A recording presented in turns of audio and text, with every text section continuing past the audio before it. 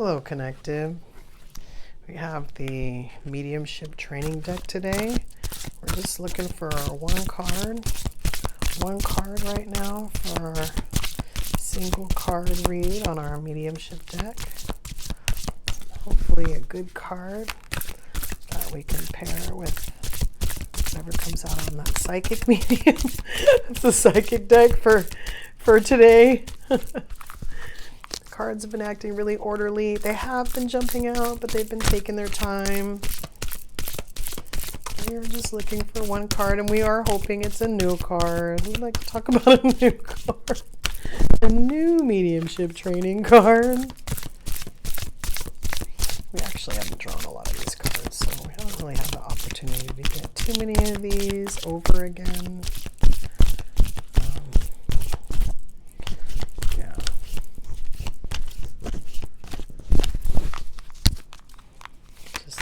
One. Wow, so funny. This card almost fell out. That is like this, almost the same as another card that came out of another deck. It wasn't the exact same wording, because this deck has one that said like journaling, practice journaling, and the other one was letters. It was oh wait, it was this deck. It was letters, and we talked about journaling in it. And now we gotta practice journaling, which means that if that card does come out, it's gonna be like in basically another, impression of that whole journaling thing is gonna be telling you twice. Speaking of impression, this card is impression versus expression. Well, this one ought to be interesting. So there are multiple ways that we receive information from spirit. It could be in words, images, or feelings, but how we relay or express the information back to the recipient must be carried out with due consideration and utmost care and sensitivity. Many mediums are taught that you should always give what you get when delivering a message. In a sense, that's true, but as mediums, we must honor that many people look to us to assist them with their grief and are often still distraught, no matter how much time has passed since their loss. Always remember that while we must be open to any spiritual impression, we are responsible for conveying a sensitive expression. People pass over to the spirit world in a variety of ways, from natural causes, unexpected illnesses, or other circumstances. When you give off information, it's a delicate process. For example, if you're impressed with a scene of someone's passing, then you must be sensitive and discerning when you express the information to the sitter. It's possible they could be very emotional as they're still going through the bereavement process. They don't need to relive every detail of the experience again. Communicating that you're all aware of a type of passing and, if possible, which area of their body was affected, as well as their relationship to the sitter, is often enough evidence for the recipient. Be kind and compassionate, as having an inherent sensitive nature is always a great asset for any medium to possess. Yeah. This card may have come out before because we have talked about this a little bit. And, I did mention in another video about how, basically on this channel, even when I speak about things like, as a matter of factly, it messes with people's belief systems. So sometimes, and if you've ever watched like a reading, like a public reading, you'll see what I'm talking about. But sometimes even when people seek out a medium, they don't believe. Sorry, I don't mean to laugh. But, they're still in that spot where they want somebody to prove it to them, And so a lot of times their loved ones have to come up with, hey, make sure you mention that hat of mine that they have, or, whatever it is. And, even though they're there talking to a medium, their belief system doesn't fully hold for the information that they're about to take in, even if it's not even about them, if it's about somebody else. But on top of that, this card is saying, guys, I'm going to be honest, use your head. When you're talking to somebody, use your head. Don't spit out everything, pretty sure I know what book it is, but I'm not positive. But Kyle Gray talks about a reading that he did, and I want to say he was saying it was like early on in his career, where this woman had come to see him, and it was like a weird kind of meeting, like the way she ended up, I don't know, at his office early or something, and she didn't, she specifically said that she didn't want to hear from a certain person, and he was getting information from that person, and she was very clear that she didn't want to hear from that one person, and so he didn't deliver that message, per her instructions. And the thing is, again, the back of this card talking about like you give what you get or whatever, but he was specifically asked not to do that. And this is one of the things that we're talking about. We're talking about boundaries. We're talking about belief systems. We're talking about the delivery of the information that you receive. Because, when you're, and I'm not an expert on mediums, and I'm not an expert on mediumship, guys, but you're going to receive the information your own way. So in other words, you might know other mediums. There might even be other mediums in your household, and for some reason you guys operate a little bit differently. You get information a different way, or they read things differently, or they're into different things. And so just because you got that information the way you got it doesn't necessarily mean that you're supposed to deliver it the way you got it. You just got it that way because that's part of like your gifts. You know what I mean? And it could be standard in some ways, like in other words, like when, disembodied spirits, or not even disembodied spirits, but like people, who are up in heaven now, show the medium how they passed, kind of thing. That just might be the way everybody receives, everybody who's a medium might receive that information. And they might even deliver it differently between, whoever it is that they are. This card is specifically saying you only need a couple details. You only need to know who they are and what part of their body was affected, and it's good enough. It's good enough for people who aren't up with you on the belief system of like what happens after their loved one dies.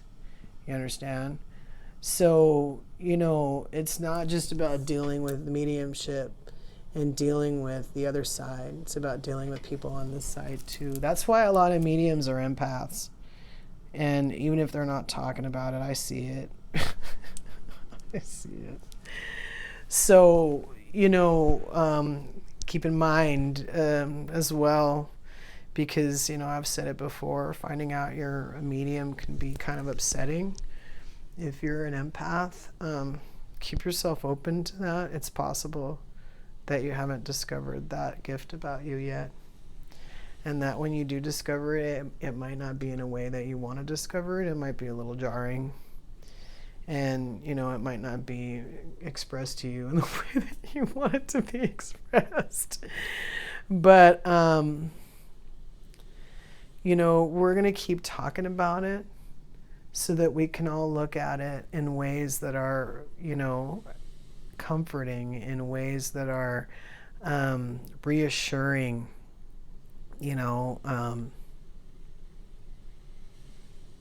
because I get, the idea that you might not want to talk to, people in another realm, let's call it.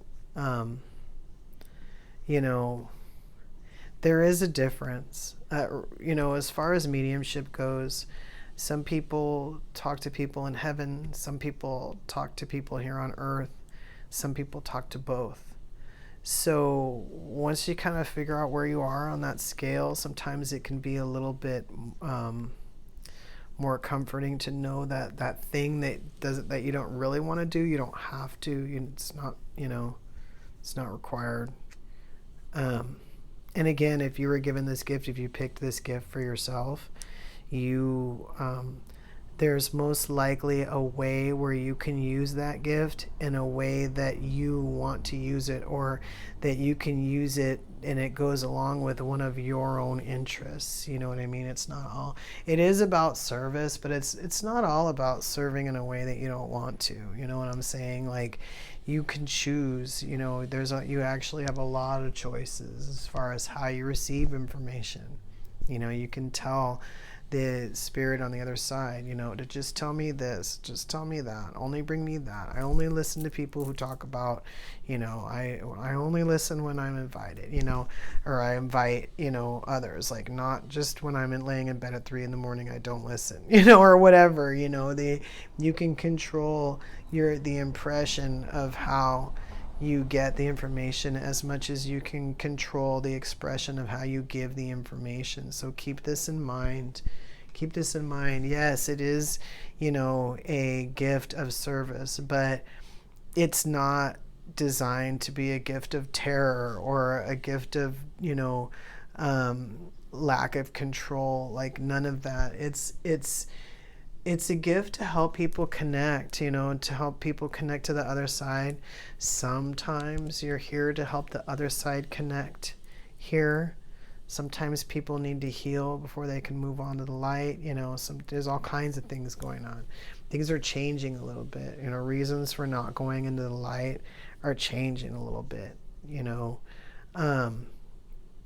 So, you know, as far as being a medium is concerned, just take it, you know, as you want to take it. Just receive it in the best way possible.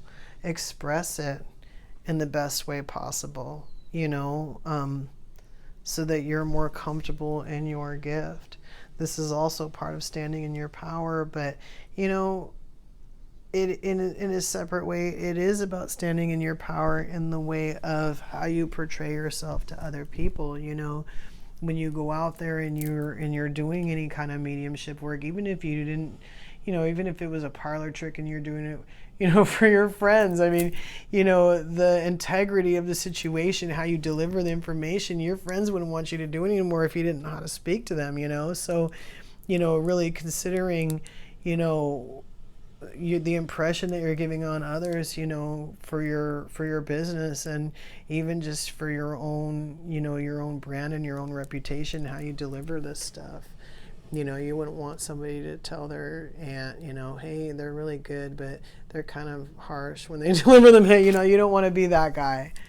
So just keep in mind, and I always say, you know, too, it just applies to so many different cards. Like, don't decide when you're under the gun, when you get a piece of information that you have to somehow translate for somebody who's really eager to hear, but, you know, is only halfway open. You know, decide ahead of time, you know, what information do I want to receive? What information am I going to give that's just very basic and specific that applies to everyone, so that when I get to that point, I can just give the information and they'll know, you know, and I don't have to be graphic and tell a story and have it be a movie and all that other stuff, you know. Even if it's someone you know, like you're delivering your the message to someone that you're close to, you know, you may know, you know, really on the surface, but definitely deep down, that they're not ready for like the entire message. You know, and you have to really consider that. And again, if it's been recent, someone's passed recently, even if you're not connecting that person to their loved one and you're just talking about like death, you're just talking about like what happens after death, or, you know, any little bit of information that they're unclear about, that you're going, oh, well, I know what happened there, you know, and this happened and that happens, you know, and you're giving this information and it's not even like specifically about their loved one. You really can mess with their belief system. You really can. They're going to take whatever you tell them and they're going to apply that to their loved one. They're going to incorporate it into their belief system if they accept it. And if they don't, it's going to upset them or it's going to trigger them. So this is what we're talking about. This is what we're talking about. Impressions, the impressions that you give, you know, impressions that you get, the expressions that you know, how you interpret it. That came up to me when I was reading this too, just because, you know, right now, I mean, you know, 3 months out of the year it's happening, but we're in a Mercury retrograde. You know, I say something and then you maybe, I don't know, hear something else. We're talking about something important, and now somebody's gone off their, rocker because they heard whatever. I mean, you really have to be careful. You really have to be careful. When serious situations, you're just talking about something that, like I said, especially for someone, if it's new for them. Maybe you do this every day, but for them, this happened, a couple weeks ago, 3 weeks ago, sometimes even 3 years ago isn't a lot of time for some people. They have a rough time. Sometimes that's why it takes so long for that family member to come through, because that person isn't ready. And when they are ready, you still got to be careful. So keep that in mind. There's a whole card for it telling you. Watch how you talk to people. Practice now, like I said, when you're not delivering important information, when you're not talking about mediumship. I'm not talking about candy coding stuff. I'm just talking about how you deliver the message. We learn as we get more into standing in our own power and, asking for what we want, definitely, but not forcefully, the words that we can use that people will hear. So consider that until we meet again.